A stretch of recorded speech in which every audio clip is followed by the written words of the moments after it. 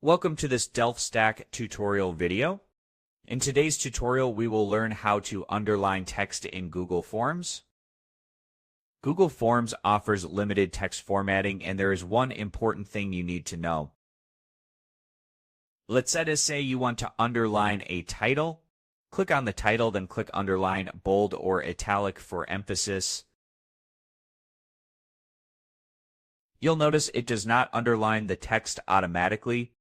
You must first select all the text, then apply underline, italic, or bold. Choose the formatting style based on your preference. The same method applies to descriptions. Select all the text, then apply underline, bold, or italic. This also works the same way for questions. You can preview the form to check the formatting. As you can see, the text has been successfully underlined in Google Forms. You can also use capitalization, symbols, or spacing for additional emphasis.